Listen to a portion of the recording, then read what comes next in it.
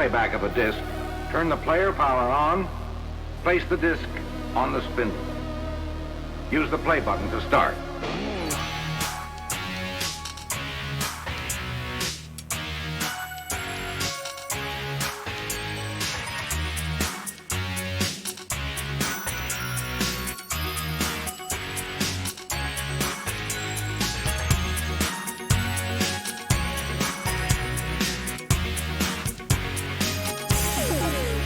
Vision that you be the boss.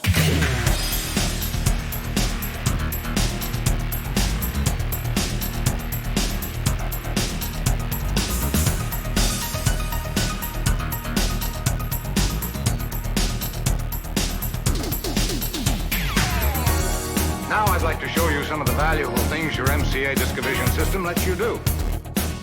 Most persons find it more convenient. Gently pull up as you press down on the center shaft with your thumb. You'll hear a click.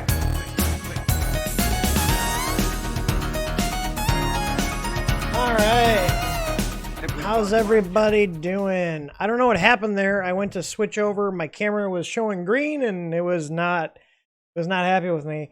So what we're gonna do tonight is we're gonna drink, and we're gonna work on some documentation. Because I can't sleep. I do want to show you guys something that's new. Where's my button here? Arm Cam 1. We now have two Sony a6000s. I have one here and a second one right here. It is running off battery right now, but I have an AC adapter for the other one. But let's look at how nice these focus. Look at that. Hey, Logitech. Look at that. Autofocus. That works. Wow, look at it focused. Now we're going to bring this forward. Look at it focused again and back. I can do this all night. Look at this. All night. All night. Look at Sony knows how to make an autofocus algorithm. And look at the low light performance is great. My lights just shut off in here. Look at that. Hey Google, turn on the lights. Look how nice these cameras are. Absolutely worth the cost. I love it. But yeah, like so we'll be able to do you know, close-ups and whatnot. Look at that autofocus just working. No hunting. $500 camera versus Logitech Brio, which is $150 normally. Brio's a nice camera, but Sony, I'm gonna keep giving you my money for these cameras because I love these damn things. So this will be used in our videos when we do tutorials. You know, just to give you an idea, it'll be nice to be able to actually not only manually adjust my focus if I want to, or my zoom, but look at this. You guys want me to get all up in there? Oh, I can. I can. I think I'm in the focal length limit right there. Look at that. I can zoom out. Look at that. Gorgeous cameras, especially for the price. So, what I'm going to do is pull up, let me close out of my tickets here. I want to show you guys some stuff that we've been working on. So I've been putting a lot of time and money into improving our documentation and our processes. So in the last 2 weeks here, I'm going to go ahead and shut this off so I don't use the battery up because we're not going to need this for this stream. There we go. So we've spent, God, how much did Zendesk cost us? I think $5,500. But we moved everything over from Freshdesk and Freshchat to Zendesk solution. So we're using Zendesk Chat, their guide, their Explorer, which is a reporting tool, and their support, all at the professional tier levels. So it's about $600 a month. But I give a shit about our customers and them being able to find documentation so they don't have to wait on us, and also our tech support people to be able to work more efficiently. So with these new systems in place and the processes, so about 2 weeks ago we deployed a solution called Confluence, which is an internal documentation system. So we have an internal repository now with all of our processes and policies, and then once that got all set up, things started moving a little bit smoother because everybody is not having to ask now, hey, what do we do in this situation or that situation? If it doesn't exist, a document gets written about that particular request within an hour now. So we're working more efficiently. Now I want to show you guys this. So let me switch over to my main monitor here. And I'm also using OBS Studio now. I'm not using Streamlabs because Streamlabs is getting pissy with me. Got a link for that ring light. Let me see here. I got to find it because there's been a shortage on all that crap. I really like them. I have 2 of them, and I paid like $35 for one, and I paid $16 for the other, and they're the exact same light. So let me find you the link for the cheaper one. If you guys haven't figured out already, this is gonna be kind of a casual stream. So this is a hangout, and I do want to pick your guys' brains. So what I'm gonna do once we actually get into the documentation that I'm working on is I want to find out what stuff you guys think we should have in these guides. So what I'm doing is writing upgrade guides talking about the printers, information on the machines themselves, like what breaks on them, what's good, what's bad, and then going over the stuff we carry to upgrade them and why you want those upgrades on the printer. So that's what we're going to be working on. This is all going to be publicly accessible information. Let me see. Trying to find this. Man, if I search light, there's a lot of hits on this. Well, the one is currently unavailable. They're both currently unavailable. So you can see here, I bought 2 of these, and I think these were like, I don't know. I think these were like 17 or 18 bucks. And then I also bought this one, which was like 35. And this is exactly the same thing as this. They're the same exact thing, except this came with a little like arm thing. I don't think this one came with it. No, it didn't. But I don't use that. So I have the Sony mounted in that. I really like this fill light I have on this camera because it mounts to the hot shoe. Except I can't find those either. But it looks like... So here's the thing. This says it's a 7-inch one. This says 8.9. So it's 8.9 on the outside diameter. And so is this one. So if you look here... This says 9, this is 7. So these are the same ring lights. I would say just look for one that's around this same style with like the 7 to 8.9 measurement. I've got 2 of them. I really like them. And they make like adding fill lights, even a crappy camera, makes a huge difference to your video quality. So I'm going to show you guys something cool. So we have, this is our actual knowledge base. So if I go to, I'm going to open up a new tab. If I go to support.th3dstudio.com, this is our knowledge base. Now, we're not calling it a knowledge base anymore because a lot of people just didn't get what we were talking about when we said knowledge base. It sounds too wordy, I guess, or technical.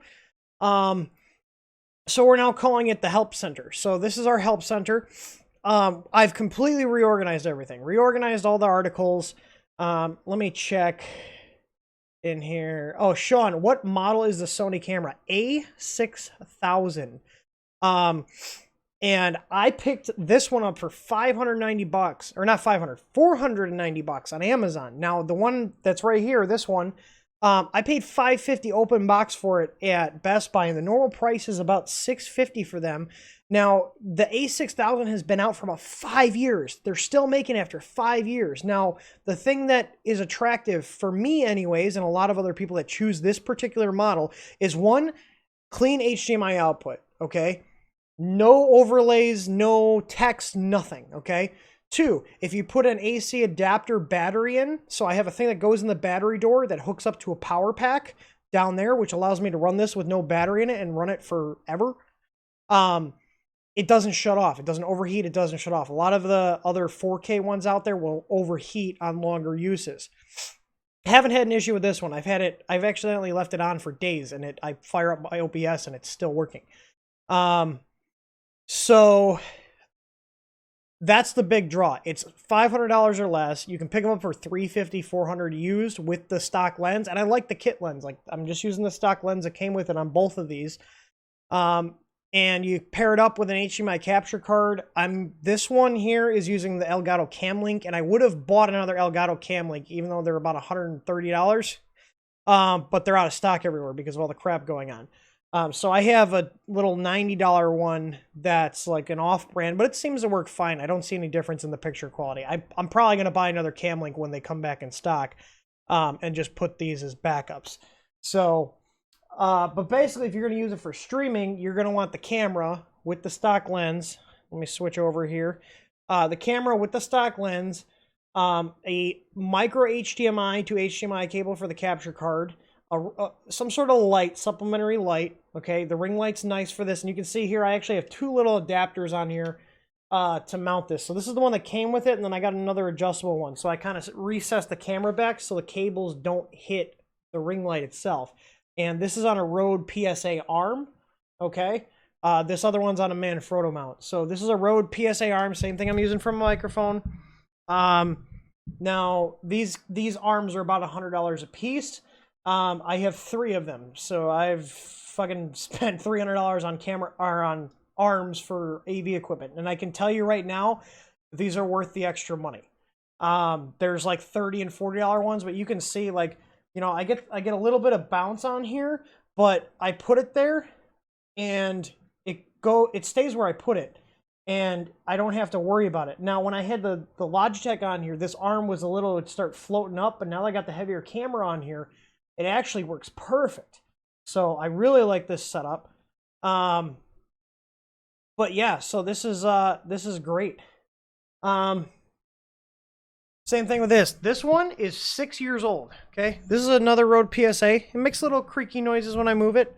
I probably should lubricate it, but I've had this same arm for 6 years. 6 years, still works like new.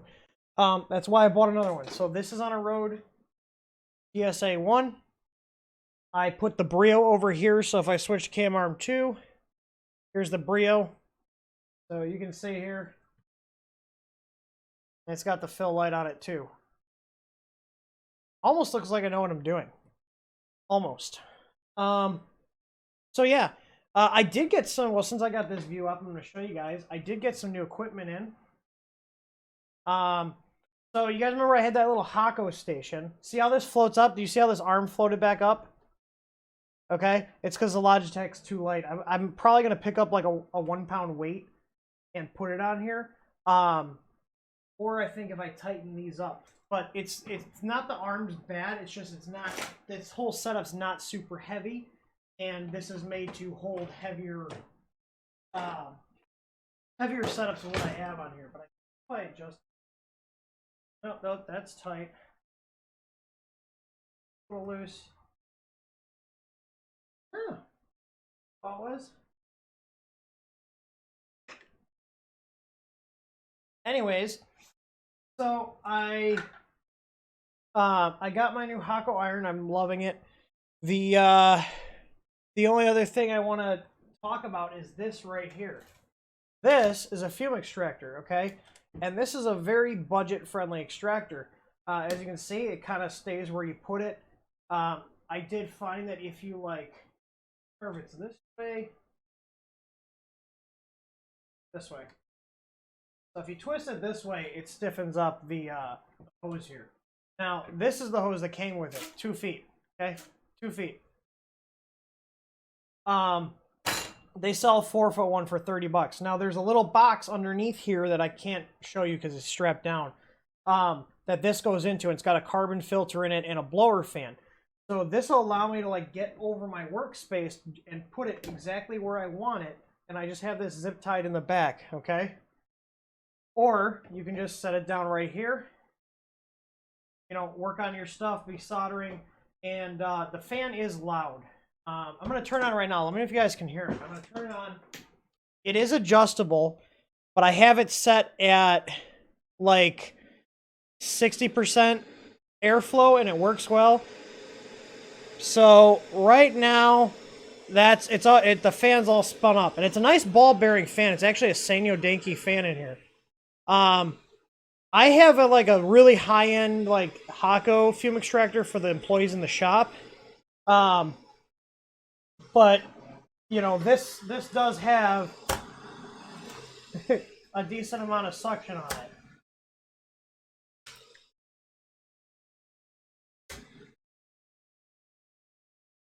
So, total spend on this was like, I don't know, 120 bucks for a little fume extractor. What I like about this is, okay, when I'm done with it, I just put the hose up out of the way and let it chill there.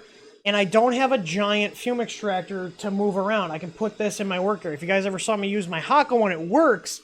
But, you know, the thing's like this big by that big. It's fine for doing desk stuff, but where I'm kind of more cramped here, I need all the space I can get. So, I don't know if you guys can hear it that loud, but that's some new toys. So I got a new camera, I got a new fume extractor, and my childhood is dead because I get excited about these things. So I also got a new light box here, but I'm not really super excited about that. Plug it in, need something a little bigger. There it goes. Boom, light box for taking product photos. Again, my childhood is dead. I have 3 BTT 3.0s. I don't know what that means. Oh, are you talking about their touch dual mode screens? I have one. Actually, I have 2. I've got like the long version and I've got the Ender 3 version. The Ender 3 version killed one of my easy boards. So people were asking us about it, like if we're going to support it, and it came out. They released the source code for the software. I was really excited, and then my excitement was promptly killed when it fried one of my boards. So, and then our engineer Griffin, his just likes to restart randomly. So I'm not going to do anything with those. Shit, what was the brand of this? Kotto, K-O-T-T-O. Here we go. It's actually in stock. They also have soldering arms too. Let me put this link in the description. Hit that affiliate link, boys. And like probably the one girl in there. 80 bucks on Amazon. And they have the replacement carbon filters. I bought a pack of those. It was 10 bucks for 5. Highly recommend it. I think the fan's going to last a long time. The electronics in there are very simple. There's just a little potentiometer and a MOSFET driving the fan and an AC adapter. It's not a wall wart, but it's a power brick. I really like it. I've used it about 15 times already working. Love it. Absolutely love it. And like I said, if you go to their website, I can't remember what their site is. The hell is it?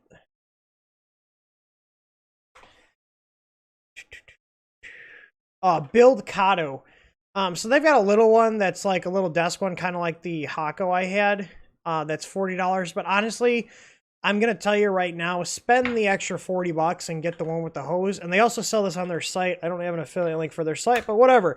That's the 48-inch tube. So it gives you, this is what it comes with, okay? 2 feet. So if the box is on your desk, okay? So if the box is on your desk, this works plenty. And the box is small. It's only, the actual box that is a blower fan is only about, I don't know, like 8 by 8 by 6 inches.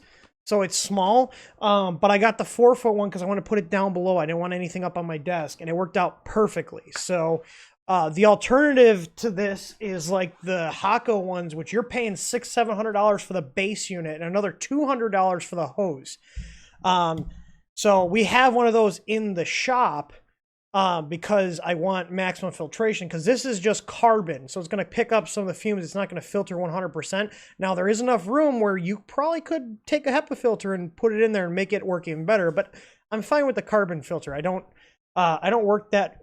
solder that much, and it's going down underneath my desk and going through the carbon filter and then getting blown away from me. So for 80 bucks plus the 27, so 80, what is that, 110 bucks? Absolutely worth it. The build quality is really good. Like, it's really well built. So what I want to show you guys here is what we have set up now. And this is really cool. So if you go to our website, let me open up a new. So if you go to our website now, I'm trying to make everything as cohesive as possible. As you saw, the site comes up fast. This is an incognito window, so nothing's cached. We've addressed a lot of issues with speed on the site. It's lightning fast now. If you guys notice, we did a whole redesign. So we have a whole new theme on here. We got all sorts of fun stuff. We got all the news. Now, the cool thing is now anytime I post news, so we're going to be using this news feed on the site a lot more because this now goes out to Facebook and Twitter automatically. I have an if this, then that integration set up. So if you look here, we got a little help thing here. And if you notice, there's a bot now, okay? So I'm going to, let me just, I don't know, how do I wire my easy board? Let's see if it gets it right.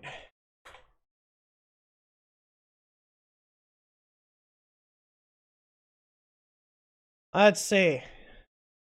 Nope. I'm gonna have to improve that. Let's see. Ender 3 bootloader. Now this is stuff I have to tune. It's supposedly AI, but you can improve it.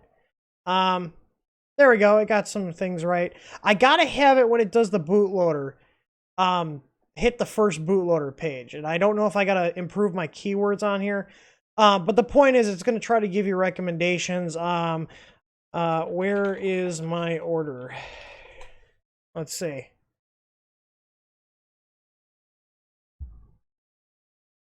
There we go. Okay, so that was spot on. So shipping times.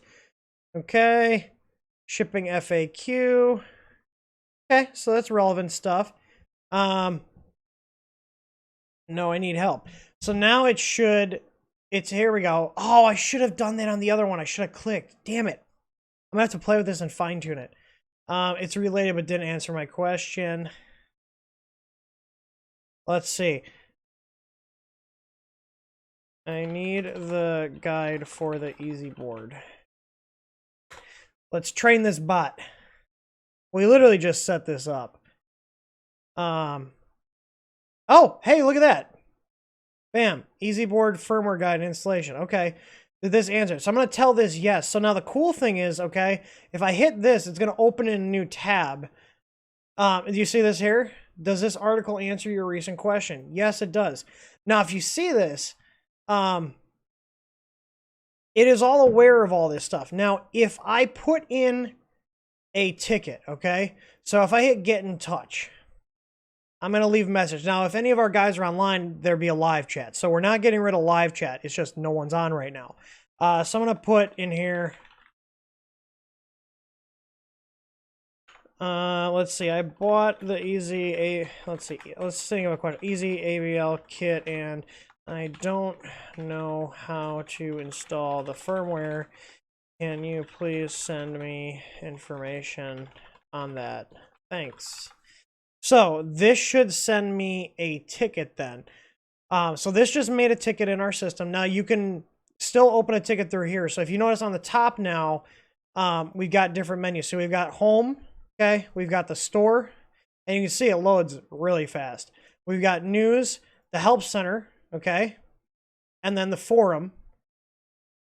Now, if you're noticing, I'm hitting all, these are 3 separate systems. The help center is hosted on Zendesk. The forum's hosted on our server. But I've unified all the menus. So all the menus are the same, okay? So you have the same experience across all of the machines. David, if you wait a little bit, I just got Ziltex printer in that was like $400. So we're going to be doing a video on that. So this is still the preferred way for us to have you contact us, because this is going to go through and do a lot of pre-support questions, so that way we have less questions asked by the time a technician actually looks at it. Now, what I will show you here is in my email. So here, check this out. So this is the email from the ticket I created. If you look here, it tells you that we got the ticket, okay? And then it gives you suggested articles. Do any of these articles answer your question? Okay, so it took the contents of that message, analyzed it, and compared it against our knowledge base. So let me see. I'm going to view this article. I was asking for the firmware, okay? So I'm going to click that. And you can see here it takes me to the actual site here. So, okay, here's the pro guide. You can download it. Oh, here's my firmware. Okay. So, you know, yes, that answered it. So I'm going to go ahead and tell it yes, and this just closed my ticket out with no intervention from any of our technicians. So you're now able to resolve your own tickets if an article in the knowledge base fixed your issue. You don't have to worry about closing it out. You can do it yourself. And every time people do this, it trains the AI bot to get more intelligent with its responses. So it's really cool. I'm not going to open up my ticket view because obviously it'll show customer data, and I don't want to do that. So if I go to recently solved, okay, and if you notice, okay, it didn't, I clicked on to another article, okay, so I went to the one it suggested, and then I was like, oh, here's the firmware download. Okay, so look right here, AnswerBot, Timothy Hogan found a solution in the following article and marked the ticket as solved. This ticket's closed now. None of our techs or anybody else had to do anything. And if you look here, it tells me that what articles they viewed. Now I can then go in here and go here, improve answers. Okay, so this one's correct. Or I don't want it to recommend the V3.1 because we don't do it. These other ones are really good recommendations based on what people recommended. So you can see here, I'm like, no, let's nix that one. And that's it. So here's the thing I put it on. It tells me what URL they submitted it from. It's awesome. It's awesome. We also got integrations here to see our status page, which my head's covering up. But you can see here, we have a Atlassian status page right now, which is going to be more detailed. So we put a lot of money into and time into these new systems here. Now, what's cool is if you look here, this pulls up all my orders now. So I can actually pull up people's orders right from in here. It's all integrated through like the ShipStation API. It's fantastic. So not only are people going to be able to get answers to their questions quicker, especially if it's something documented, but our technicians are going to be able to help people quicker. And we could also insert any article, knowledge base article, into the ticket reply. So we can search for it right from there.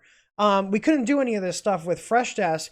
They had the feature, but it never worked correctly, was a problem. So let me show you guys. I'm going to switch off here just for a second. I want to make sure I don't have anything open that shouldn't be shown on stream here. And then we'll go into actually doing what I started this stream to do. So if you guys look now, I don't know about you guys. I think this page looks really nice. So I found a template for Zendesk's guide system, which is what this is, and modified it to our liking. So my goal was to try to have this look like the website. You know, the same colors and everything. But yeah, so we've got all our product information now sorted here. See a ton of stuff. So we have 92 articles in the knowledge base already. And they're all sorted by different keywords. Now the search here is also automatic. So if you see how quick that worked, so I typed bootloader. Oh, okay, here we go. And it'll take me right to the bootloader page. And it's also going to give you related articles here too. And then also your recently viewed articles. So in all of our old knowledge base links, so like bootloader.th3dstudio.com, it's going to hit our server, and then the server is going to redirect it to the Zendesk. So I have set up redirects for all of the articles that were on our website to go to the new articles on Zendesk, so none of the URLs are dead. It's really cool. So like we're gonna be able to leverage this automation more to actually provide documentation quicker. And let's say we have a ticket, okay, and we just typed up a long response. We're like, man, that'd be a good article. We can literally highlight that selection of the ticket, hit a button in our system, and it builds it into a knowledge base article. Just like that. And now we have more information in our system. So the goal here is cohesion across all these platforms. So you got home, you know, it's like, unless you're really paying attention, you kind of don't even realize that you're hitting two different servers here. You know, I try to have the same links. We have the same fonts and everything. Here's a whole write-up here if you guys want to learn more about it. Our Better Support and Self-Help, the Help Center launch. So now anytime you hear knowledge base, we're talking about the Help Center. So people are like, what the hell is a knowledge base? It's a Help Center. I think that's way more easy to understand. What's up, Scott? Oh yeah, I forgot to say hi to you, Viking and Matt and Gusner, all you guys. Sorry, I've been talking here. I'm like really excited about all this stuff because it all kind of came together really nice. I think this looks way more professional than our old system we had. It's way more powerful, and the fact that it integrates, and you can even see here, the chatbot's even on here, okay? So you can see it's asking me. Now, check this out. This is really cool, okay? So if I'm on this page, and I click help,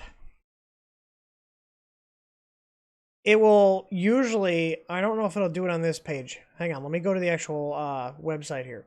So I'm on the actual TH3D product page. You see we're lazy loading some of the images. So the page actually comes up quick, but the images load lesser. So check this out. So if I hit the little need help thing, it knows I'm on the Easy ABL page. It has that context clue, and it just suggested articles to me that are relevant. Okay? So I can look at this like, oh, that's pretty cool. Here's the firmware. Oh, that's neat. Like here's Ender 5 Plus upgrade paths. Like here's information on that. What printers does the Easy ABL work with the Ender 3? I want to train this little bot with his beady little eyes. Ooh, doesn't work. So now this has created an action item in our help desk system. So I can go back and tell it what articles it should have suggested. Okay? But again, if it doesn't know, you can get in touch. And if it's during normal business hours, you can live chat with somebody. Okay? It doesn't matter. So here, the articles, you can click the little link here, and boom. The screen I'm on right now is actually a 1440p, so it looks smaller than it would normally look on your actual screen. I mean, if I did it probably like, I don't know, that'd probably be what it looked like on like a 1080p, so it would look better. But you can see here, this is the whole article right in here. So, but it's pretty cool. So we're working on things. We're working on making things better.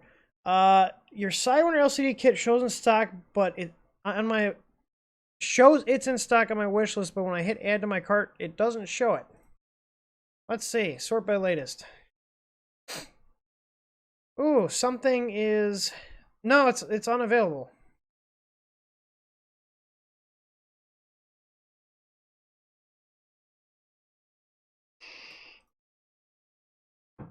Let's find out. I'm gonna move this over to another screen, actually go into the back end here. Very nice web dev. Who's my holy fuck? Dude. Richard just sent me 99 bucks. Holy shit. Well, I'll tell her that we're going out to dinner tomorrow. Fuck it. Thank you. You know what? I filled this with ice.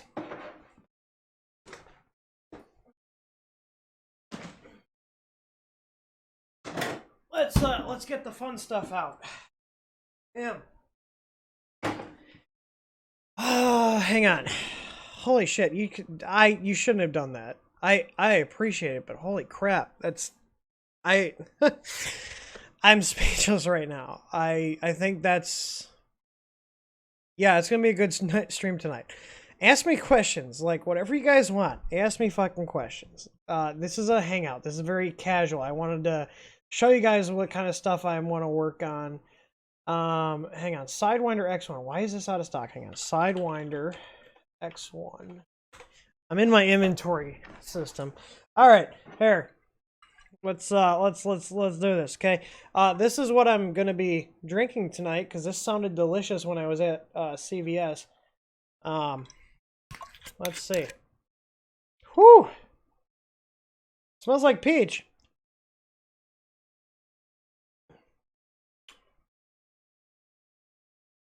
Huh. That's pretty smooth. All right, well, this is what we're gonna do. We're gonna do some ginger ale. All right, hang on. Oh, I was gonna say tell me when, but there's a stream delay, so by the time you guys tell me when, it's just going to be filling the cup up. About half and half here. A decent amount of ice in here. Oh, you are right. Hang on, Ev Novo. How did I fat finger? EVN. OVO. Okay, this is showing that.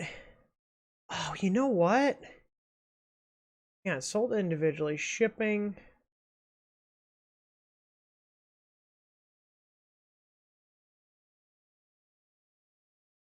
What? No, it shows in stock. Hang on. Let me update it. It says we have 8 of the X1 mount packs, so that's a part. That is a part of that upgrade. Let's see here. What the hell? Oh, the joys of running your own site. Let me see. Is it a caching issue? Let me look at it on my end, because my web browser... Okay. I think it's a caching issue. Because... No, look at it. It says...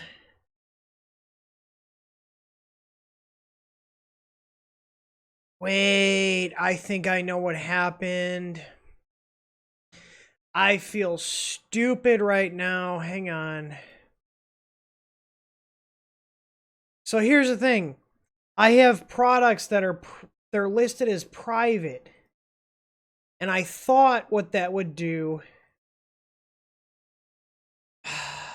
Okay, hang on. Published. I think that's got to be it. Hang on. Visibility hidden, because there's a bunch of little parts on our back-end system that make it so you don't see all the little stuff. We do it to track inventory. Okay, let me see. I'm probably gonna have to force a refresh on here.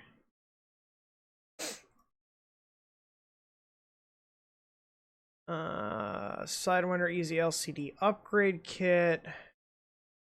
Hang on, bundled products, X1 pack, 1, the LCD pack, hardware pack. Okay, that all looks correct.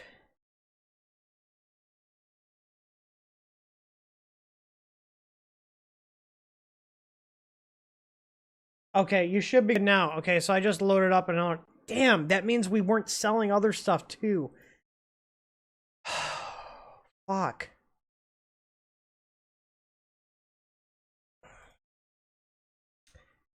Yep. That should be working now. Let's see. Hey, look at that. I'm surprised no one let us know.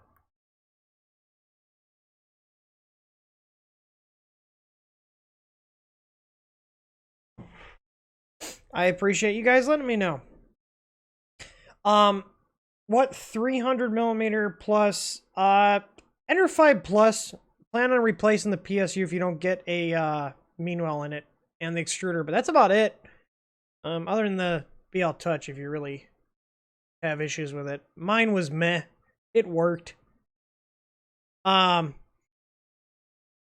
see. Do you guys like the new store layout? Like, you know, we're trying to have everything, so here's our status. So if there's any inkling that there's delays, not on our end, but on carrier ends, about the COVID crap, there are multiple things. There are multiple things on our site letting you know that. Ooh, I think my AC just kicked on. Just got chills. All right, let's see. So we have... I don't know if you guys noticed, the site's running pretty quick. This used to take like 5-6 seconds. So here, we have a notice here. Please read this. There are active delays due to COVID-19 regarding your shipping times. Please read the latest update. So if you click this, it takes you here. So currently active status. Basically, the TLDR of what you guys need to know. Things are just taking longer to get there. That's it. But we have all of our updates going all the way back to March. On our sites here, so we're trying to be as transparent as possible. Yeah, but so like the cart here, it's a lot more streamlined. I like the all-in-one thing. So if I hit proceed to checkout. Look at it. It gives you a nice little focus thing. There's our newsletter pop-up. I've disabled the newsletter pop-up on certain things. But you can see here, there's even a note here, and there's another note here. So if anybody tells me that they didn't see that there were possible delays, I'm going to come to your house and wring your neck, because there's no way to miss this now. Okay. But we got a nice focus checkout page here. And you can select here and it'll take you right to it. But you can see that the stuff is loading quick. Like let's see, this page wasn't even cached. Like look how nice this is loading. Meanwhile, one of my competitors still has a coming soon page up that he's had up for a year.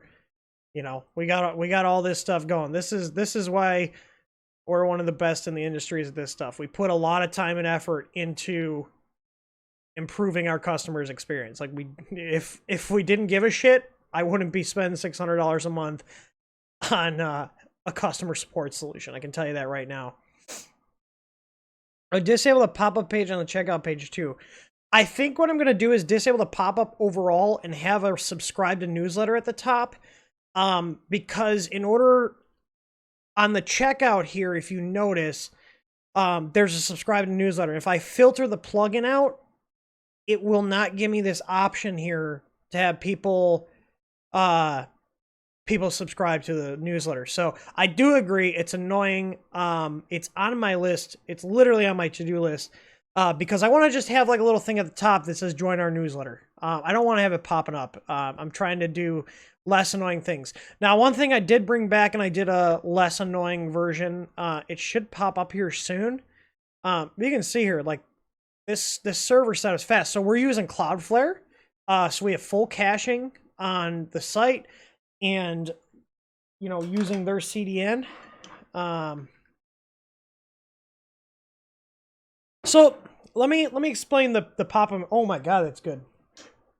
I'm gonna be fucked up at the end of the stream. Let me roll the stream disclaimer just so everybody's on the same page, okay?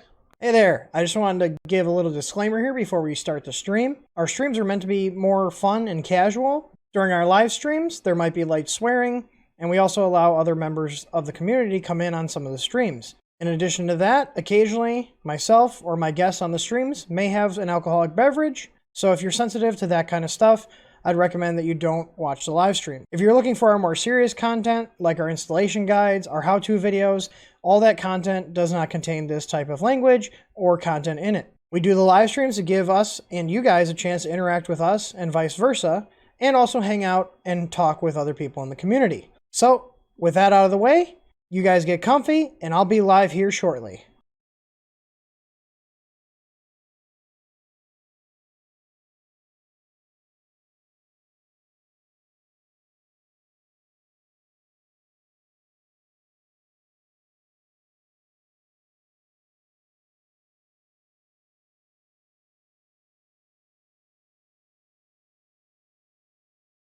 Thank you.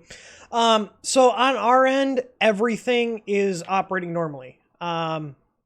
Meaning we're shipping out on time. We're shipping out same day or next day, depending on when the orders come in. So if you want same day shipping, if you put your order before noon Central Time, it will go out the same day. We have no delays here. The only delays are with the carriers. So what we've done is we've been telling people to wait longer, because here's the thing.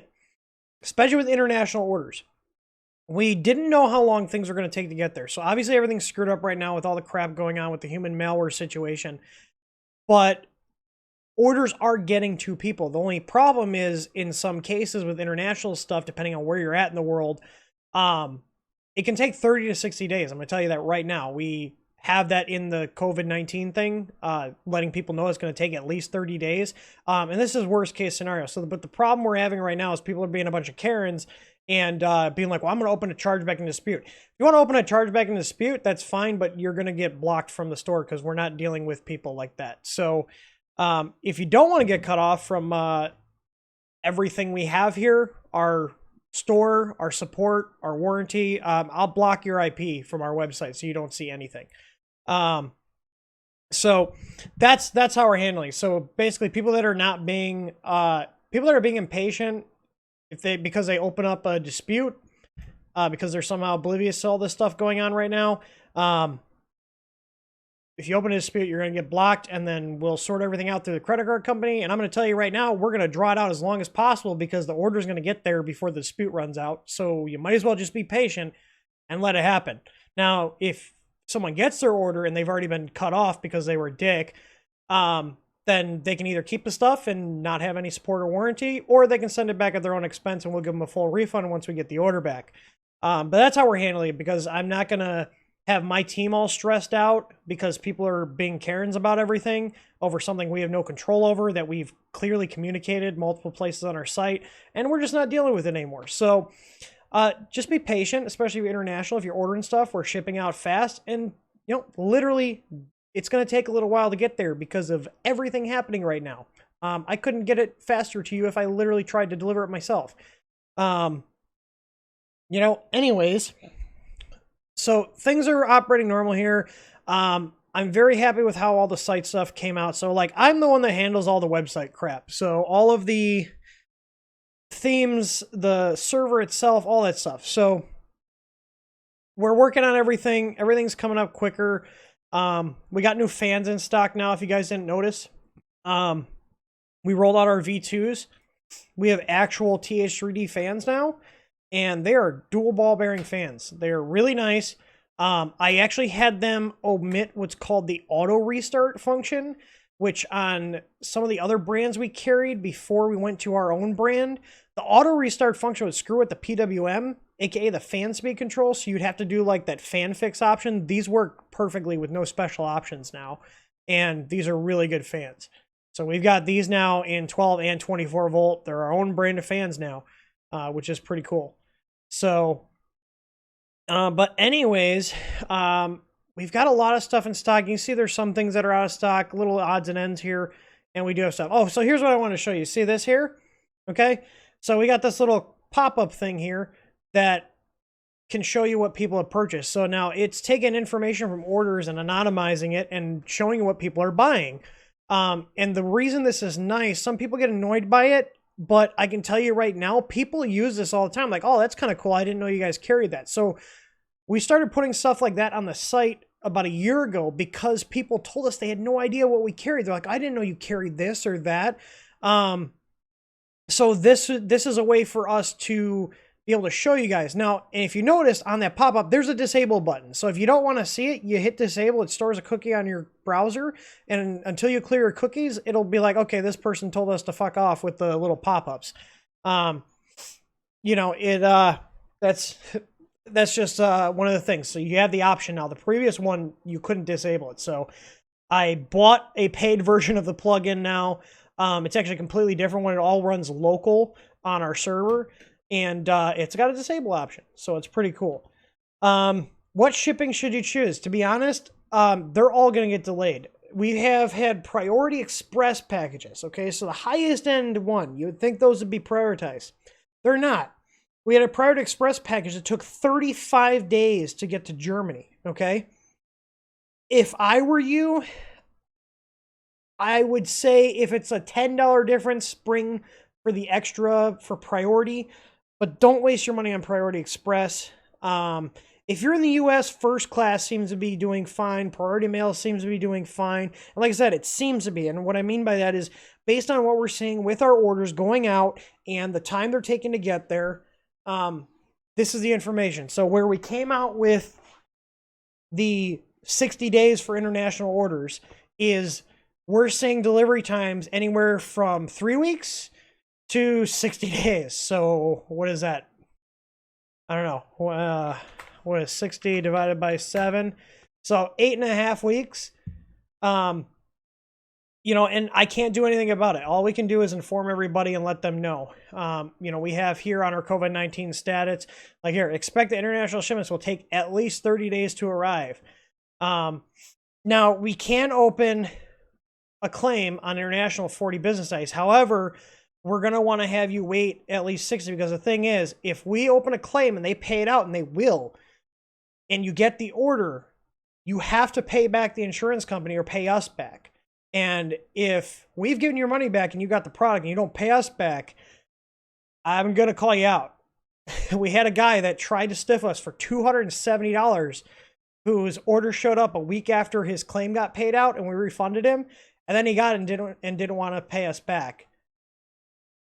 You have to. It's in the TOS and it's in the agreement you fill out when we're doing the paperwork for the claim.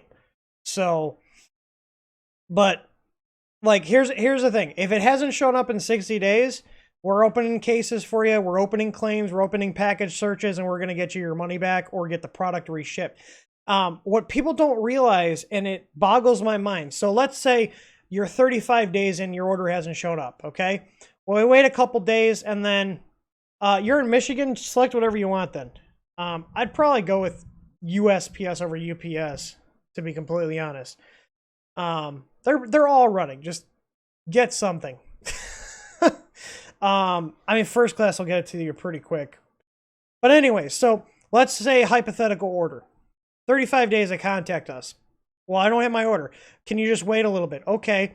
So let's say they wait. It's 40 days now. We can open a claim with ShipSurance because that's their ShipSurance's timeline is 40 days. International packages, 40 days before you can open a claim. 40 days since it was shipped. Okay. So let's say that 40 days pass. Okay. And then the order doesn't show up after that. We file the claim. They approve the claim. And let's say 3 days later, the claim's paid out and we refund your order or we reship it. Okay. So let's say in this case, we refund the order. Well, then 5 days later, the package shows up. We're now going to get an audit from ShipSurance that's going to contact us saying that we saw the package is delivered. You now need to pay us back. So now when we do the ShipSurance claim, which is what we use for the international orders, we send you, the customer, a link.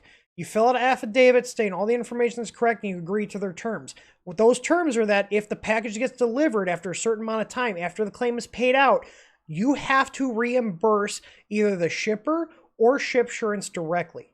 Okay?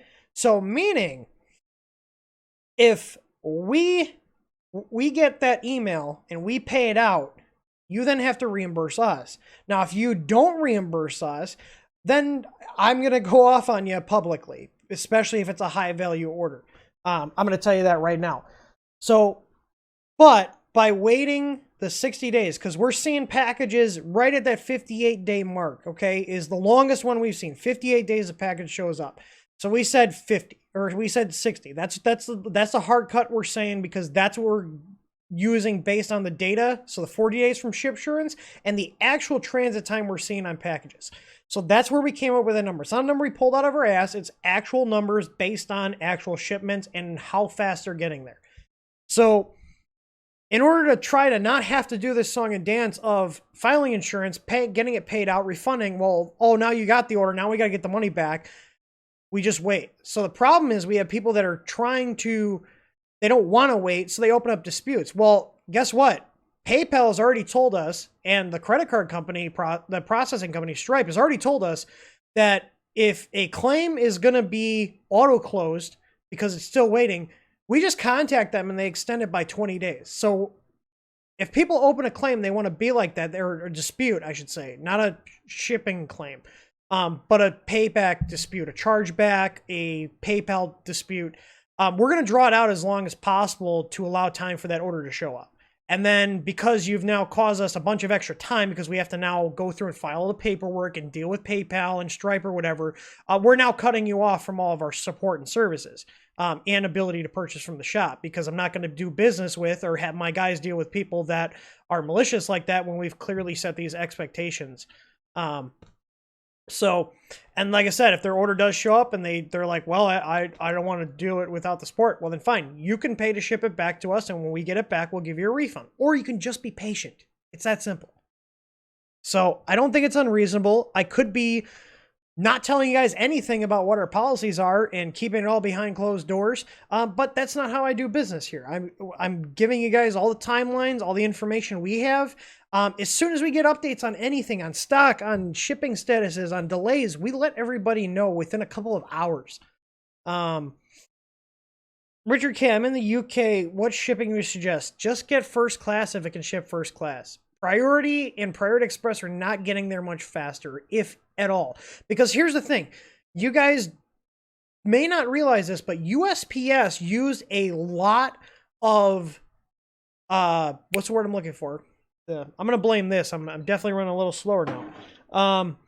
USPS used a lot of passenger planes to get packages to and from places. Well, there's not a lot of passenger planes running right now, and they've actually got bulletins out that they're diverting Priority Express, and first class packages destined outside the US on boats.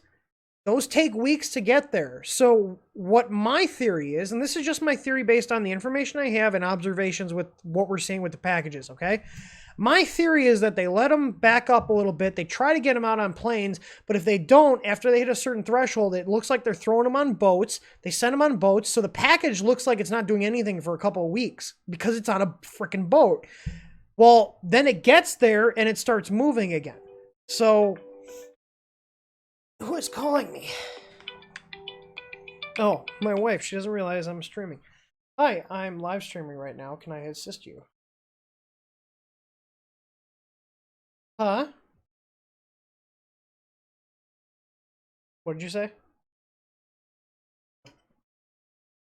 Alrighty then. So that's where we're at. That's where we're at. We're not trying to dick people around. We're just setting clear expectations and communicating. So, I'm not out to screw people over. That's not how I do business. We're not AliExpress.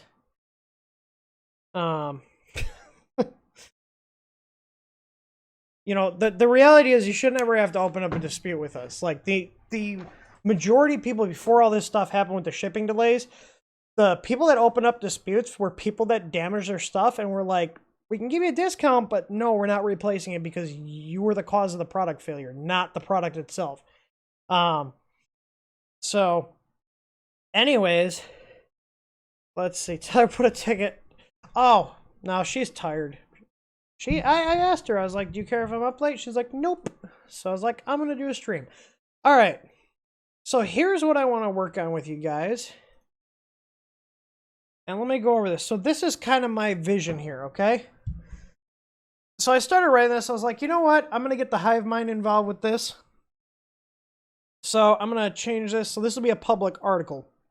So I'm going to tag this just so the bot knows. Let's see.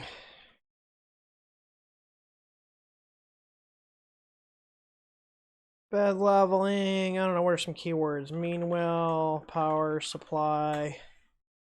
All right. So let me save that. Yeah, we're going to do more printer development streams for sure. So this is the back end for Zendesk. Oh, did I wait too long? I think it timed me out. No.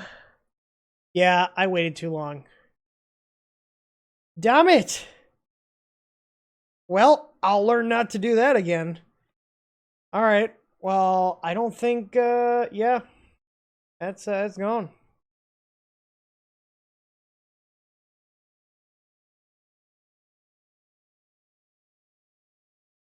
Here's the reality. We're never going to screw anybody. If I find out somebody on my team is intentionally trying to fuck somebody over, they're going to get fired. It's really simple. The only time we're going to be like no on something is if it's clearly somebody else fucked it up and it wasn't failure on the product's part. It's that simple. Yeah.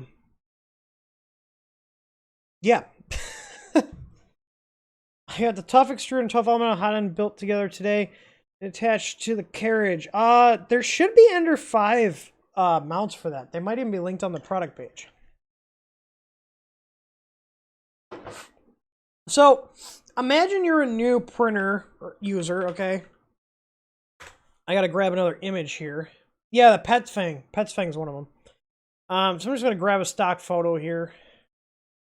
There we go. Let's steal one from Creality's site. What are they gonna do? DMCA me? Alright, so there we go. Let's title this Creality, Ender 3 and Ender 3 Pro. Upgrades, information, and tips. Okay. So what I want you guys to start doing is start throwing stuff out there that you think should be on this. Like, imagine that this is a page that somebody's new. They just got their Ender 3, and they want to know not only what stuff they can get from us. So this is going to be a sales page, but I also want it to have actual useful information, whether they buy something from us or not.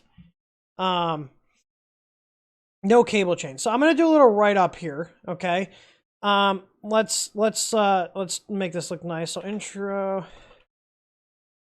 introduction. Let's make that a heading 3. Heading 2. Let's see. And make sure I set the permissions here. And this is going to go in upgrades, upgrade pass. You see how snappy this interface is? I love it. The editor's okay. All right, so the Creality Ender 3 is a very popular model due to its features and price. There are 2, let's call them flavors, okay? Oh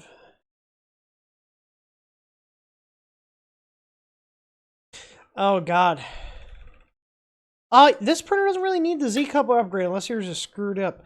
How long has TH3D been in business? Officially, like in terms of when we filed the LLC, like 2.5 years. Unofficially, when I registered the domain name, 3. And a little longer than that if you count when I sold EasyABL kits under timothyhogan.com. All right, let's see. There are 2 flavors of this printer. Ender, let's see, because I want to delineate this difference. Ender 3 and Ender 3 Pro. Now, here's one thing I wanted to, I can't type this. Okay, let's see. All right, so I want to note this. I don't know if you guys know this. You may see models online marketed as the, I'm going to not publish this. I'm going to do spell check when I'm not been drinking. I still market as Ender 3X. These are just Ender 3 models with some extra parts added into the package by the reseller.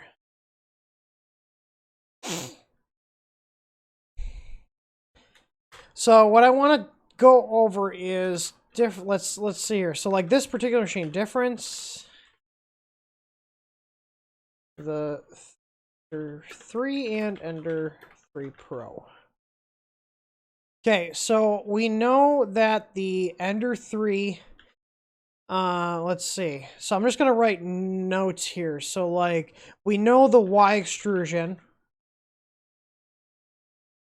2040 versus 4040. Thus, it has wider hold spacing on Y.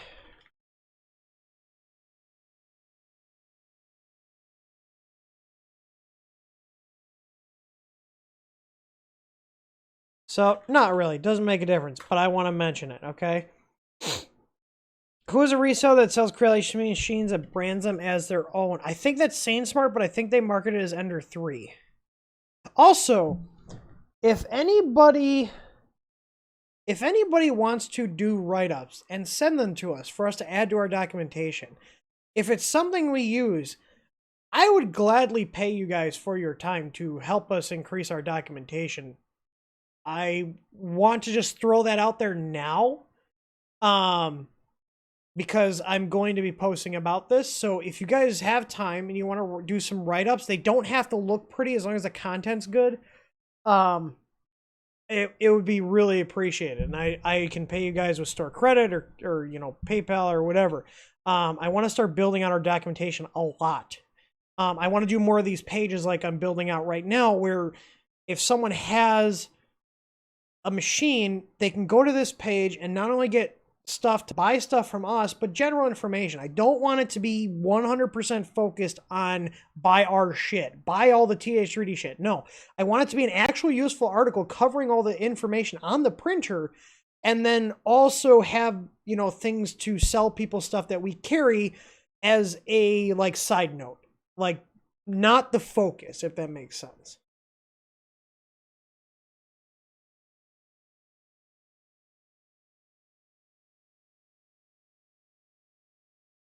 Yeah, so, okay, meanwhile, PSU.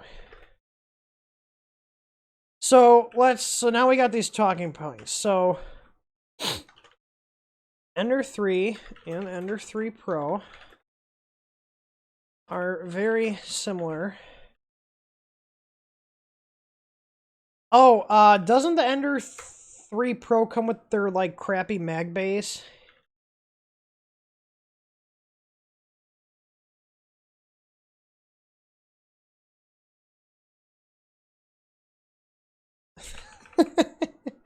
I'm not gonna put that in the final article, but I want to make a mention of that because they're bad. Having docs in the PDF. Okay, so I like where you're going, Miko. That sounds like an article that should be a general. Now let me save this. All right, there we go.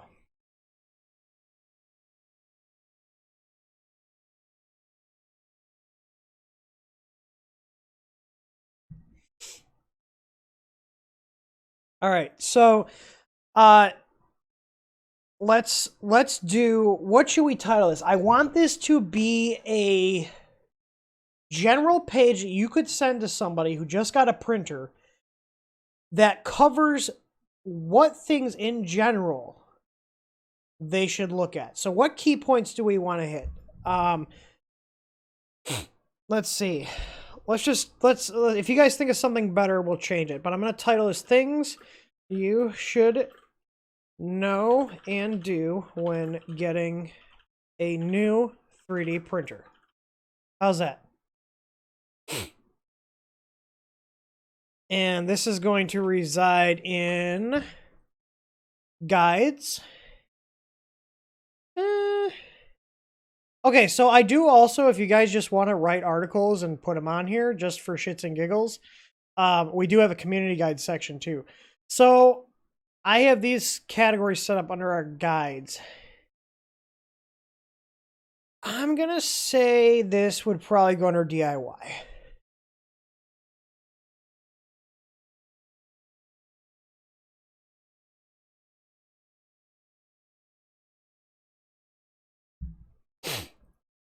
Okay, so let's just make some notes. So tin wires,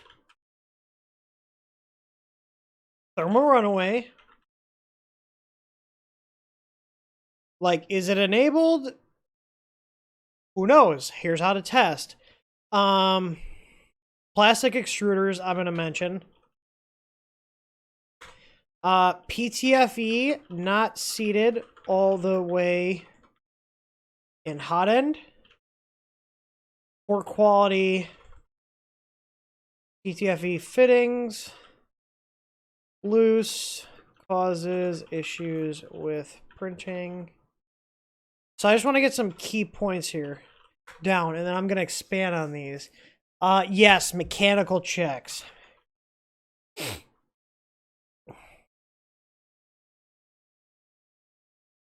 Mechanical checks. Okay, so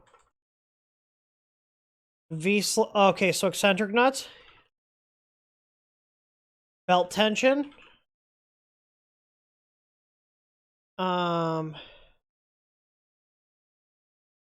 Your new printer and you, a guide on not giving up. Or how about this? So you bought a 3D printer. How to keep it running well and prevent it from burning. No, prevent it from burning your house down. So you bought a 3D printer. Now what? How's that? Do you guys like that? General bolt tightening, frame alignment. What else? What else do we want to have on here? Eccentric nuts, belt tension, general bolt tightening, frame alignment.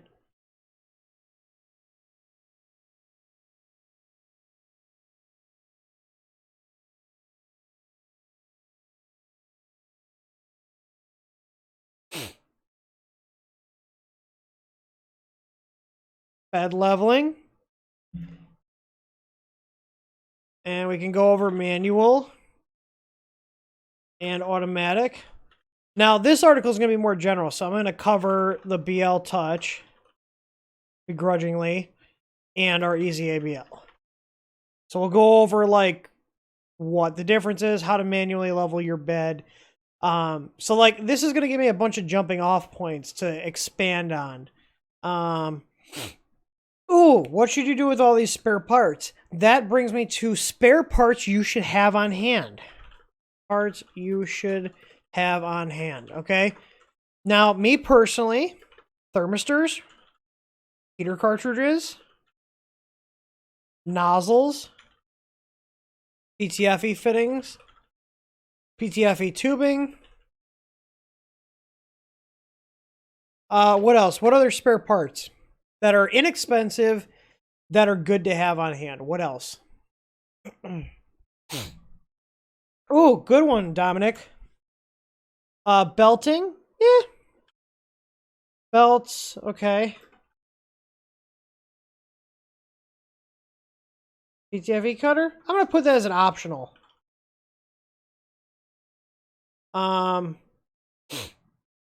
Default power setting. Okay, so checking PSU voltage setting. Tools, good. Tools. Okay, so this is going to be my recommendation. Okay? A good hex key set, not the crap that comes with the printer. Screw assortment. Multimeter. I will be shooting a video on doing basic testing of like your thermistor, your hot end, that kind of stuff. Yeah,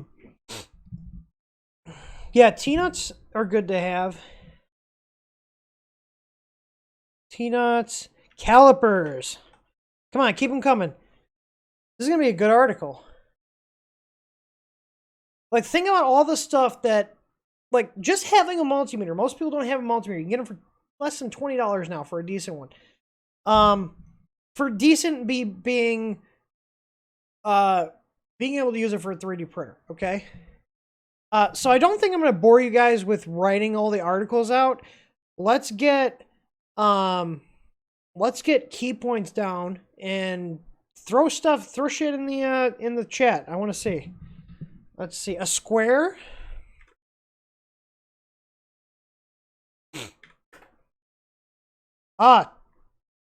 Let's see. Print processing. Tools. We can talk about build sheets. Adhesives. Like, glue, hairspray, vision miner. I'm going to throw that in there. That shit's amazing. Print processing tools, build sheets, flex systems. Heat gun, yeah. I love you guys. Let's see. Box of Deskin, Oh, IPA, good call, Matt. Let's note this. Intro topics. Like the intro.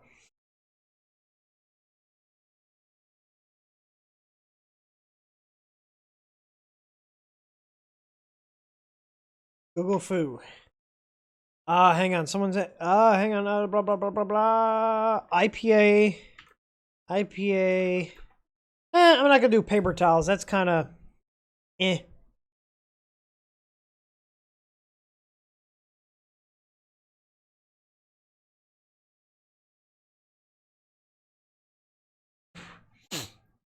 Oh, hell yeah, Richard. I will definitely put some affiliate links. I buy stupid shit with that affiliate money. Actually I bought a lot of filament. Okay. I'm about halfway through this. Do I put more ginger ale in here, or do I put more ginger ale and Jim Beam in here?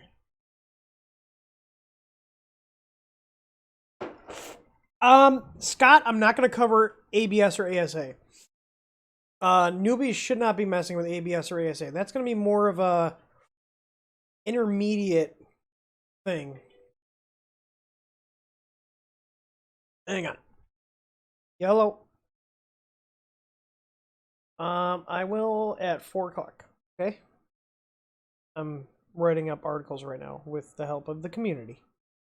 It's going very well. Yeah, let's talk about material types, okay? Let me see here. Calibrating your E-steps by filament roll. That's a little too high level. Honestly, I don't calibrate my E-steps by filament roll. I set it and okay. More Jim Beam, both, okay. I am gonna sign off here at 4 a.m. It's 3:30 right now. My glasses are sweating over here. This Jim Beam Peach with the ginger ale is amazing. Just Jim? Well, I already poured it. Alright, let's go back in the freezer section. Alright. Okay, so before I lose my train of thought here. Okay, material types. PLA, PAT-G, and I will mention ABS/ASA. This is very entry level, so TPU. I think that's where it's all I'm going to cover for this right now. Now, one thing I do want to mention here is silk type PLAs and their downfalls. Low layer. So I don't know if you guys are aware of this, but a lot of silk PLAs, they look nice. But they don't have the same layer adhesion as regular PLA. Filaments with additives, that's a great thing. So materials that can harm your brass nozzle. Okay, so like carbon fiber, glow in the dark. Wood is actually not abrasive.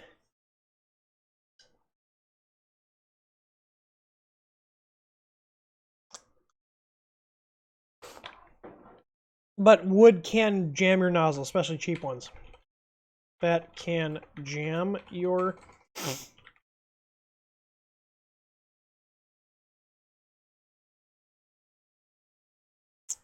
metal fill. What other abrasives are out there? Carbon fiber, glow in the dark, metal fill. Am I missing something? PLA versus PLA Plus, there's not a huge difference, to be completely honest with you guys. Okay, so the question is, how much crap do I want to cram in here versus breaking off certain things into their own article? What do you guys think?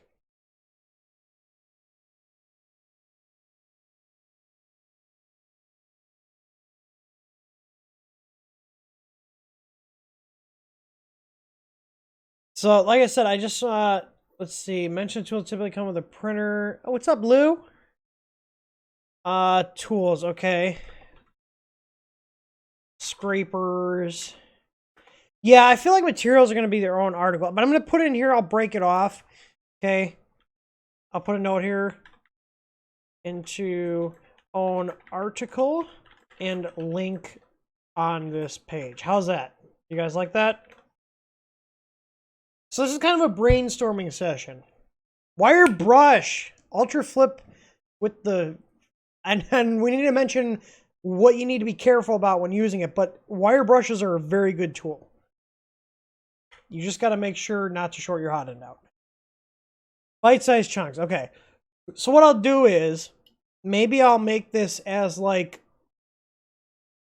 cover overviews, and then have it link out to articles about tools and material types, print processing, bed leveling, mechanical checks. What do you guys think of that? I noted hairspray here. So you guys can see on my screen. Can you guys read this? Like, is this big enough?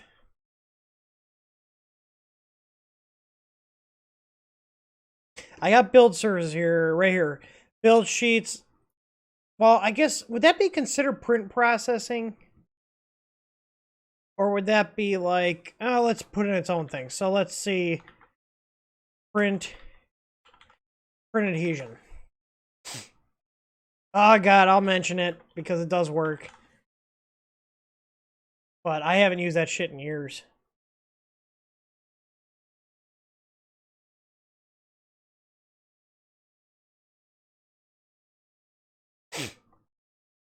Okay, so if any of you guys want to write up or contribute to this, I will absolutely credit you. If you put a ton of work into it, I will give you stored credit or money or send you merch or whatever. If you want to do write-ups on any of these topics, like I kind of want to crowdsource this.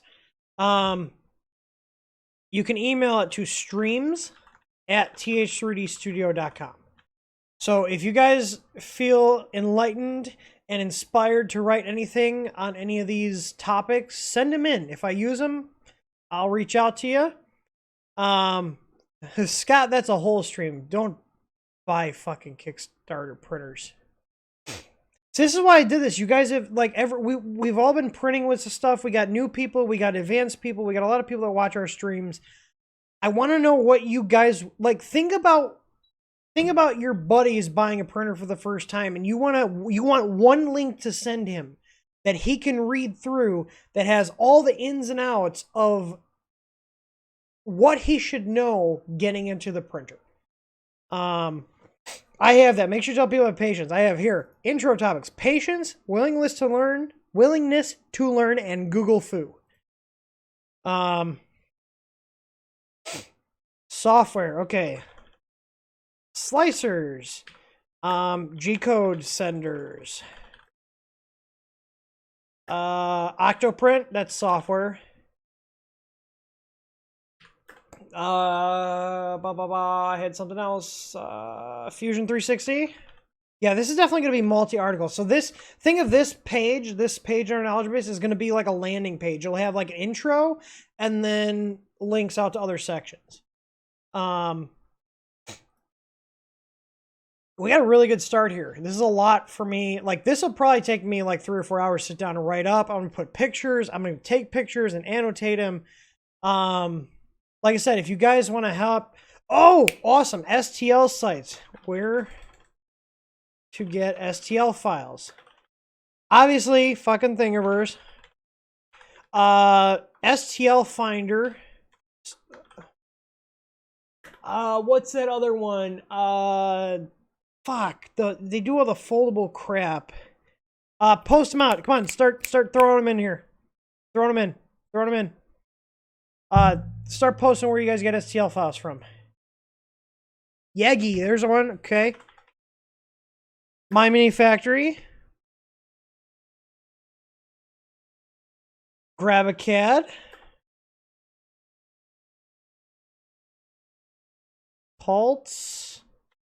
Fab 365, that's what I was thinking of. What else? Prusa printers. I thought about starting our own little site, but I don't know if I want to maintain that. What do you guys think? I've got a really good web developer that did our easy firmware site. I'm pretty sure he can make his own Thingiverse, but it would cost us a lot of money. We would have to run ads on that thing to pay for that server cost.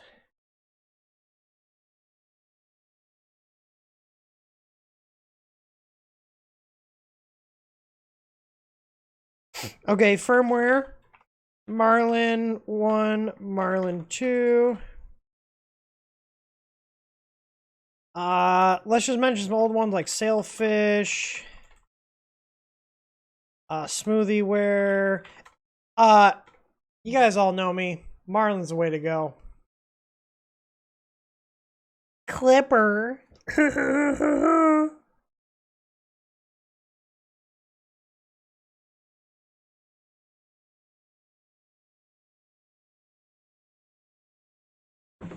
Well, I totally forgot about Rip Rap.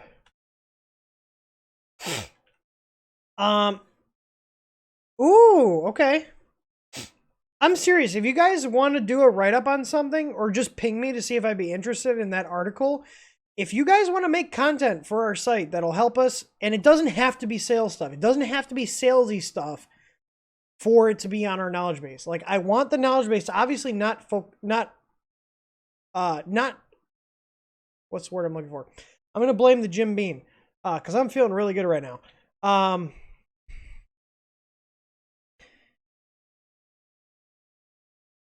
If you guys want to write articles that are useful, they don't have to be about our products. I want to build like the knowledge base or help center in this case. I want to build the go-to place where people can go to get information on the printers. And the side effect of that would be maybe they'll go to our site and buy some stuff. But I feel like taking time to write good information is positive for the community. So, yeah, if I didn't give a shit about the community, I wouldn't be like doing any of this stuff. Let's see. Ooh, that's a good idea. Hang on. I'm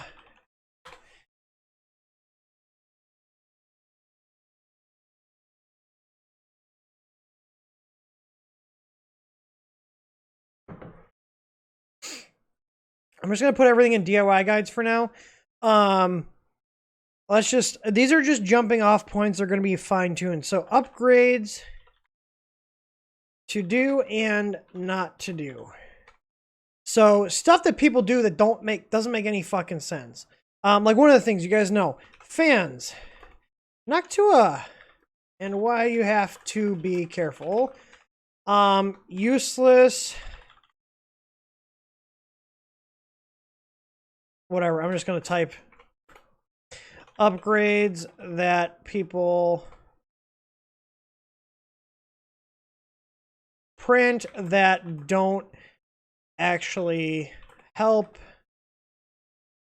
I'm not going to cover the boards. Oh, by the way, I've got all the boards sitting right here. There will be a stream later this week. Like the week coming up, because it's technically Sunday, where we're going to torture these boards.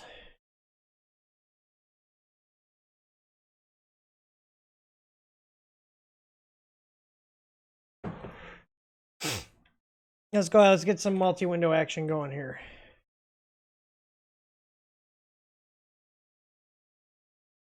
Okay, so we got two topics here, and all this stuff. So this topic is going to be a landing page, essentially. It's going to have an intro, and then it's going to break down all these different topics. So these are going to be all jumping off points into their own articles. So the idea is you send someone this one link, and they can go through this and read all the articles. Yes, linear rails, they don't make a damn difference. Rails. I'm just going to make note, like useless, but neat bragging rights. Let's just be honest.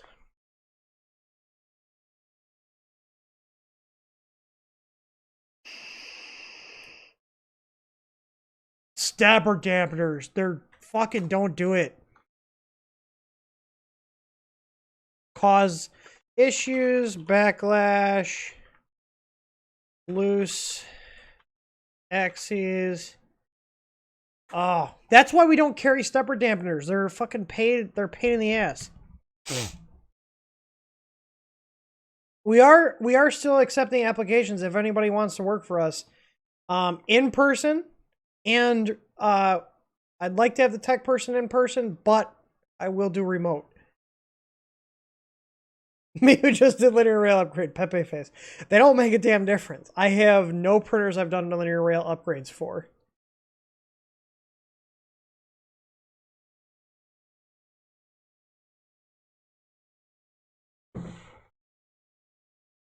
So here we go. Bed leveling layer, first layer examples. So I'll take pictures of an intentionally fucked up first layer. Jobs at th3dstudio.com, or we're fancy now because, you know, we're a real company.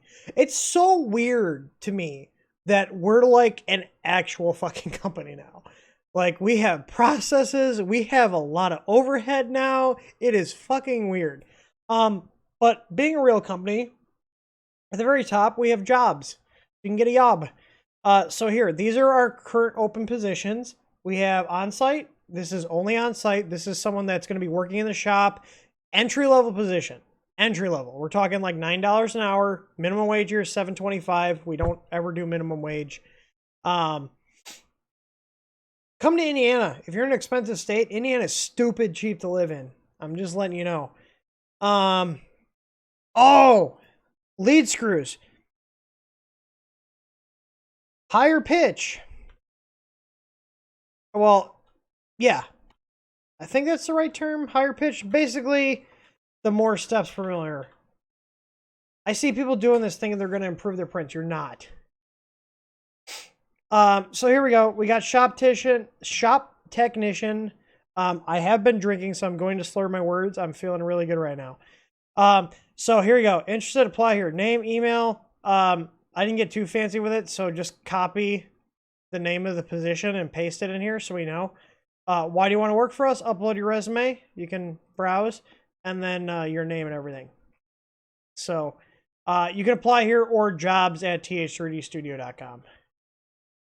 Yeah, second lead screw is definitely a good upgrade. That's why we carry the dual Z kits. That's the only thing.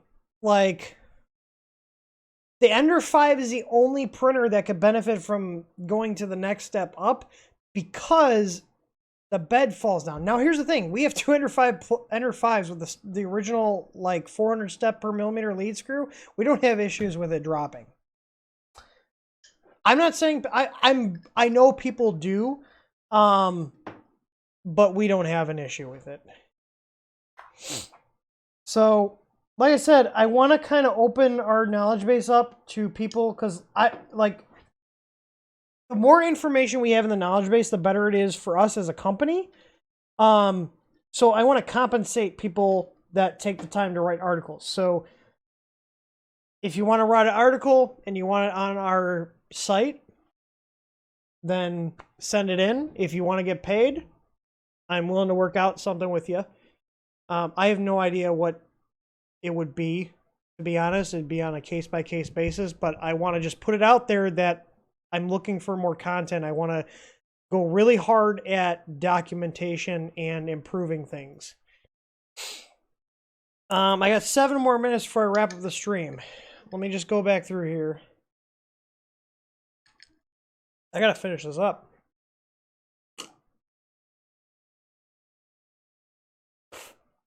Oh, that's a good one. Materials. Filament quality.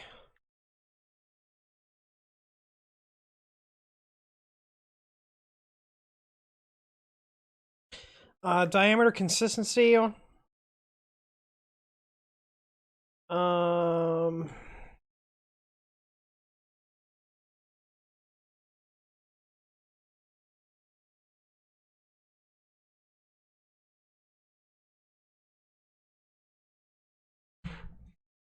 I'm just going to throw this in here. Direct drive versus bottom. That's a good one to cover. Personally, there's not a huge difference if you got a decent setup. Filament troubleshooting. How do you know it's crappy? I'm going to put here recommended vendors. Chinese and US. Shout out to Coax. Fucking A. We just got 7 boxes, which have 12 rolls per box from them today.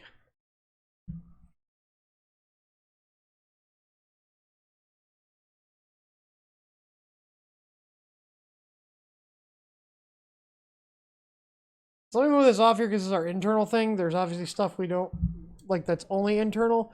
But I have my master to-do list here.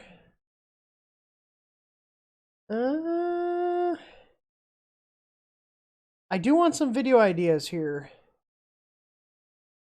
So I think...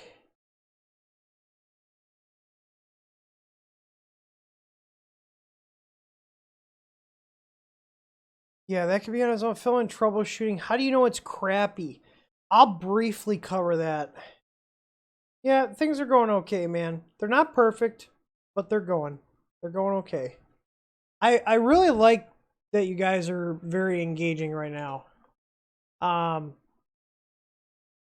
Okay, so on the right panel, so we got a lot to work with here. So like this is like our introduction.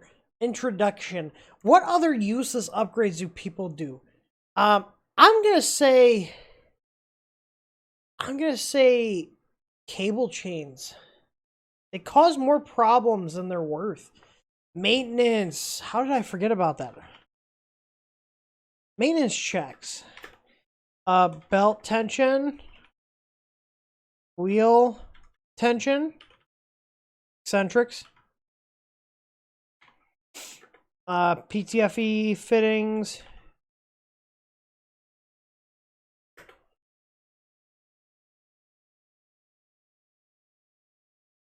Oh, save before it times out. A good point. Dust cleanup. I need to do this. I love tapping into the hive mind.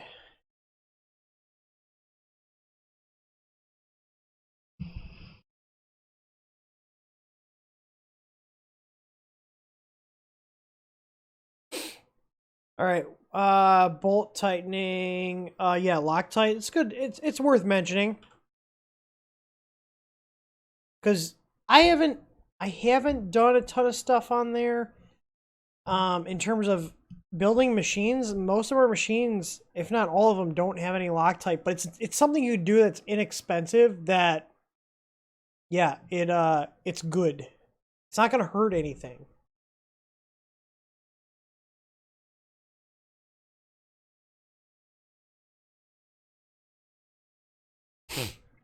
It's really simple. Bondtech upgrade. I'll just do the easy firmware site. Just to show you. Because our other stuff is similar. So, if you're on the 8-bit board, okay, your configuration at H is going to look really similar. That was the whole point. Figure out if you need to reverse your motor direction and set your steps per millimeter. That's literally it. So let's say your Bondtech uses, I don't know, 415. You would set that here, 415, and let's say it's going the wrong way, uncomment that line. That's it. It's literally that simple. Literally that simple. I do have on my to-do list a video to go over all the firmware and the options, like a new one.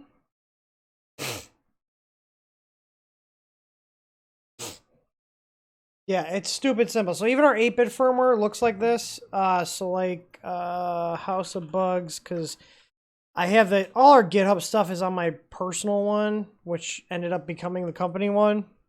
But just to show you here. So if you're using an 8-bit board with our firmware, obviously we got way more printer models in here, but if you scroll all the way down, the options are exactly the same. So my goal with our firmware is to have consistency across all of them. So if you're used to using, whether you're using our easy board or using a stock board, it's all the same experience. I'm not touching resin printers. I'm not going into that. I'm very new with resin printers.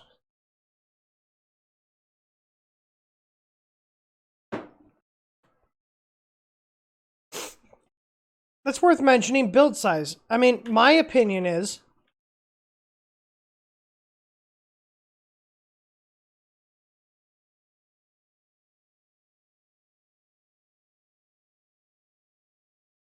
there are downsides of larger printers. Okay?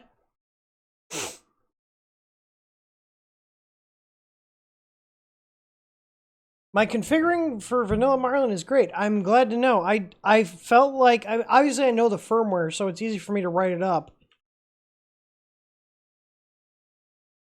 So if you look here, obviously, so here, this link went to our old knowledge base, but check this out. You click it, bam, it goes to the new one. I set up a redirect on the server. So this has all been ported over. I really like how Zendesk displays all the information. So we didn't lose any articles.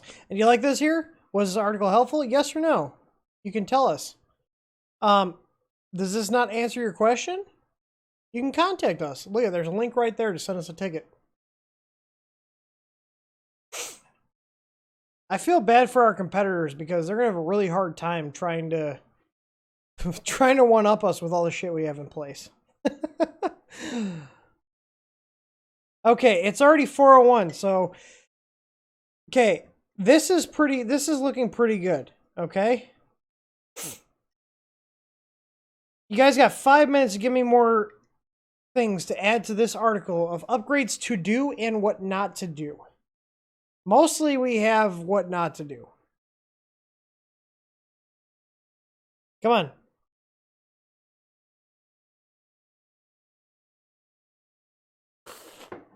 Well, depending on if the wife wants to hang out tomorrow or not, if she wants to have like days where we do our own thing, then I'll do another stream.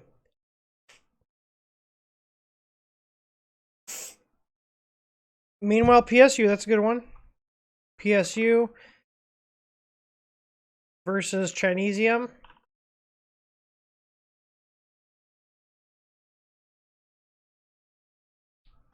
I do want to show you guys this. I took it off our site because people were whining about it. They said it was offensive.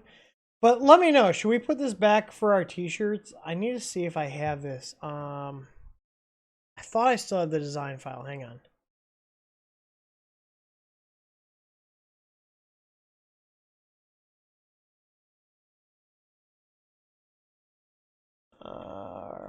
You know, it's hard to type when you've been drinking.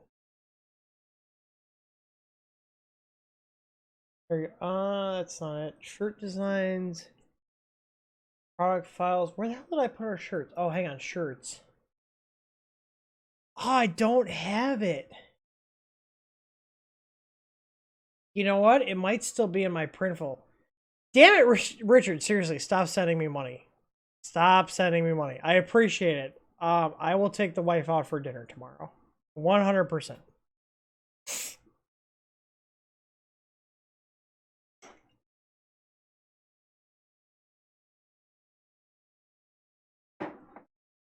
I'm just waiting for someone to be like, you are super unprofessional because you are drinking on a live stream.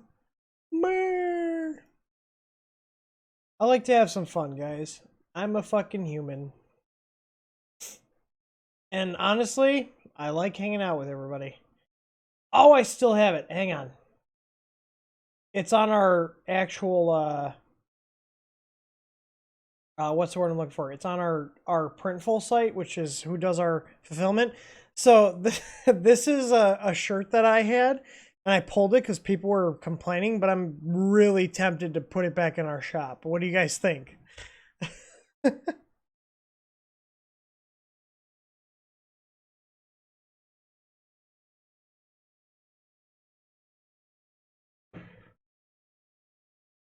Richard, seriously, send me an email with your information. I'm going to send you some TH3D swag.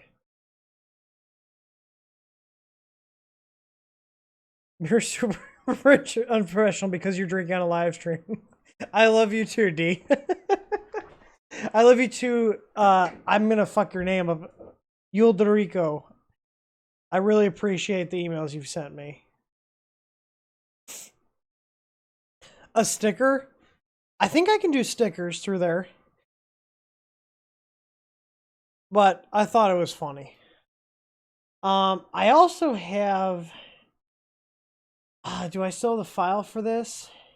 I don't know if I uploaded it. Hang on.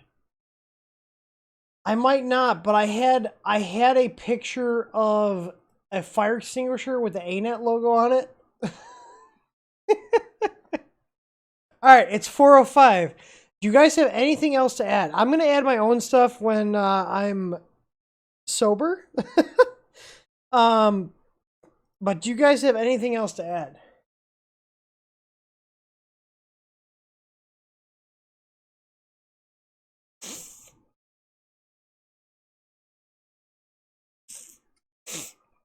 What's the email for write-ups? streams@th3dstudio.com. It does not have to be pretty. It can have spelling errors. As long as I get the gist of the information, I can go ahead and fix it up and make it look nice. I'm going to tell you guys right now, if you like peach, this Jim Beam, here's my official review. This Jim Beam whiskey, this peach whiskey is fucking phenomenal. I mixed it with some ginger ale. I'm assuming it probably would be good with Sprite too.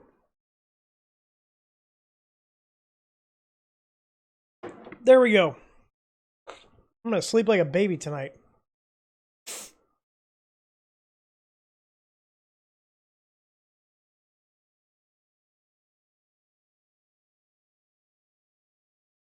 Chinesium free. Well, here's the thing. We get stuff from China, but we do basically just cherry pick everything. Like we have our own stuff that we make, obviously. But a lot of the stuff we do get from China, but the thing is we have people here that check everything. So you're getting like the creme de la crop. Is that the term? I'm going to Google that. Creme de la creme. The creme de la creme of parts. And you can see Google is telling me to go to sleep. Yeah, that staff picture, so if you guys noticed that, look how fast this site loads. It's ridiculous. This was from Earth. This is my brother Doug. He helps us out with events. This is Tyler West. He's an awesome dude. Aaron Buman, who's our general manager here. Awesome guy. Mac McMillan, who's an awesome guy. He's one of our tech support guys. This is a buddy of mine named Jesus. Or we call him the Jesus. So like when we do events, we get people that are from the community. So like, obviously except for Doug and technically Aaron, because Aaron found us through a Facebook job ad. All these guys are people from the community that we met through 3D printing, and we paid for them to come with us to events to help us out with the events.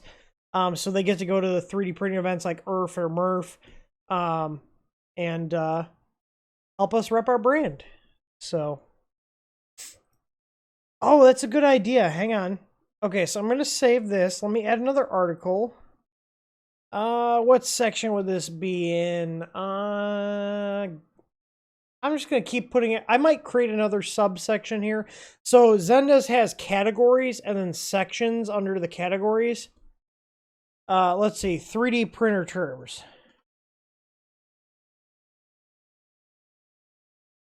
"3D printer terminology." Yeah, you can tell I've been drinking. I can't type. I can populate this page. Just having this as a jumping off point can get me go. I thought you said I don't need French fries now, and now I thought of McDonald's French fries because I really like McDonald's fries. I was actually just talking this about my wife because I'm fat, obviously. McDonald's fries with Wendy's burgers. Oh, I could really go for some Wendy's right now. All right, 3D printer terminology. We're going to have that for everybody. I don't dislike Wendy's fries, but McDonald's does something that they're just crispy. I always, I don't know.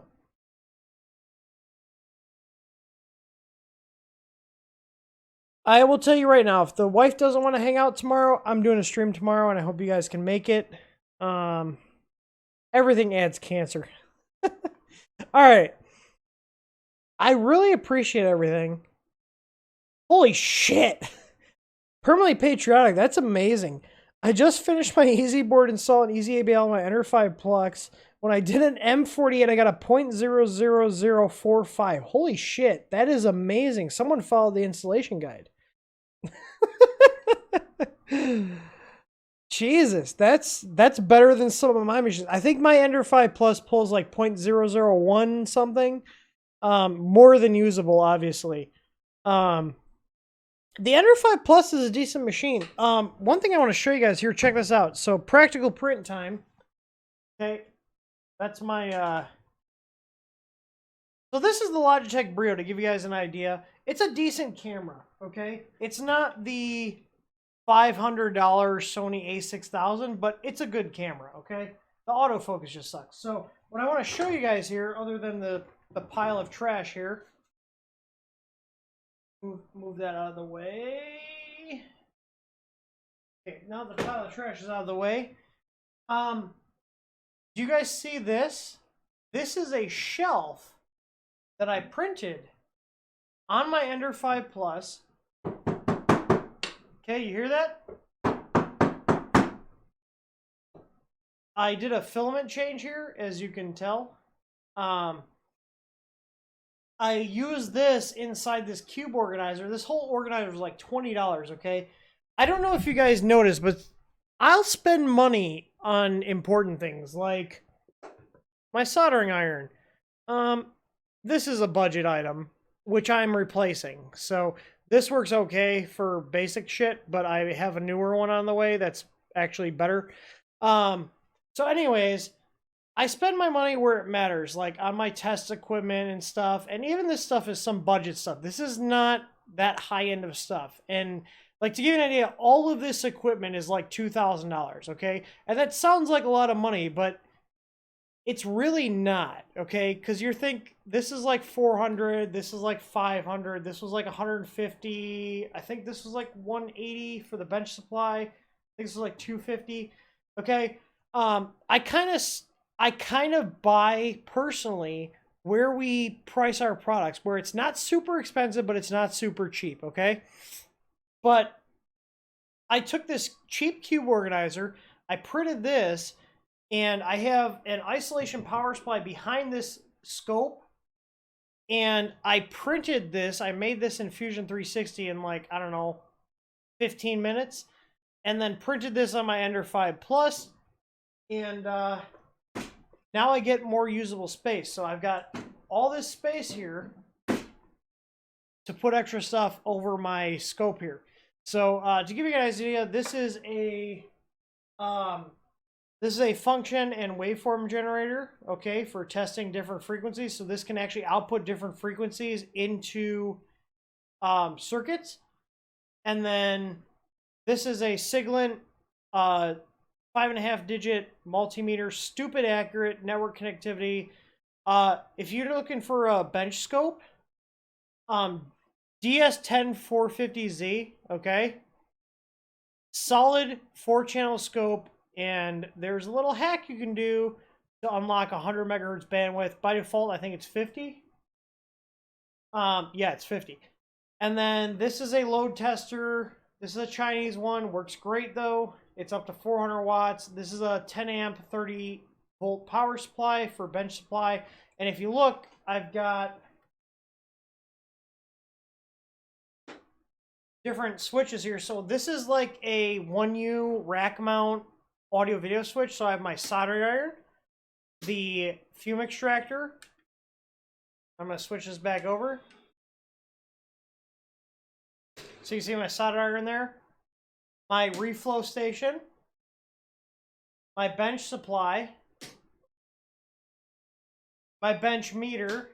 Now, the only thing I don't like about this is this doesn't turn on immediately. You have to like press it. Okay, and it takes a sec to boot. My scope. You see there, it'll start turning on. My function generator, which you'll see that kick on. And then my DC load tester. So I have a little switch set up here. Turn everything on and off. So there's my reflow, bench supply, multimeter, scope, function generator, and then my load tester. So anyways, those are all my toys I use to show how good or bad a product is and actually test our own equipment. That's what baffles me. You know, all of this equipment, this is a lot of equipment, was only $2,000, okay? for the average person, that's a lot of money. If you're just a hobbyist, that's a lot of money. I get it. If you're a company, though, $2,000 isn't that much money. And it baffles me that companies like Big Tree Tech and FISEC don't have one person. I'm assuming they don't. They don't have one person with a bench with basic testing tools set up to qualify their products. And I'm 15 minutes past wrapping the stream up, but I just wanted to throw that out there. Like, let that sink in. We have all of this equipment here and have invested in all that equipment to make sure our products actually do what they're supposed to do and they're reliable. But for some reason, Chinese companies that are subsidized by the government in China and all this other stuff, for some reason, don't have any of this equipment, or if they do, they're not utilizing it. Because with all this equipment here, you can go through a board and make sure that everything is within spec and it's going to function correctly. So, and I'll tell you right now, all this equipment here, I know just enough to be dangerous. I do not expertly know how to use all of this equipment. I know enough to be able to test and qualify the things I need to be able to test and qualify. So let that sink in. So I don't claim to be an expert really on everything. I just try to make the best decisions based on the data I have, the knowledge I have, and if something's outside of my scope and my knowledge, I will consult with people that know more than me on certain things, because that's what you're supposed to do. Being a good business owner does not mean that you have to know everything. What it means is that you know how to get in touch and leverage other people that know more than you to get things done correctly. So that's how we do stuff here. I'm going off on a tangent now because I have ADHD. I legally have ADHD. I don't know if you guys I told you that. I'm pretty sure you could probably tell. I've also been drinking, so fuck it. Every one of you guys that have stopped by, we've got 46 people watching. Holy shit. My little view counter says we have 46 people. Wow. Anyways, I appreciate everybody stopping by. I'm really looking at expanding on all these articles. If you guys have any write-ups or you want to do any write-ups on any of the topics that we were typing up here, send them to streams, STREAMS, at TH3D Studio. That's like our public email address. Send them there. Don't send them to our support. I'm the only one that checks the streams mailbox. Send in information. If you guys have a really good write-up, I will pay you however you want. PayPal, Quick Pay, store credit, whatever you want. Because this year I want to focus on not only expanding our own product documentation, but putting out more information in general so people know what to do with their printers and how to fix problems with them. Because the reality is that there's not a ton of centralized information, so I want us to be that place that people go to get good information. Not perfect, because we can never be perfect, but good and accurate information on using your printers, upgrading them, that kind of stuff. So I would love to pull from the community and kind of aggregate all this knowledge. And if you guys got good write-ups and we end up using them, I'm more than willing to compensate you for them. And it's not just the Jim Bean talking right now. This is something that's been in the back of my mind. And now that we've got internally, we've done a lot of stuff that is positive for the company and helps things move smoother. Now I want to focus on giving back even more than we already have to the community. So I love you guys. I appreciate you stopping by. And as always, happy printing and stay safe out there, okay? I love you. Where's my button? There we go. Take it easy, guys. Bye.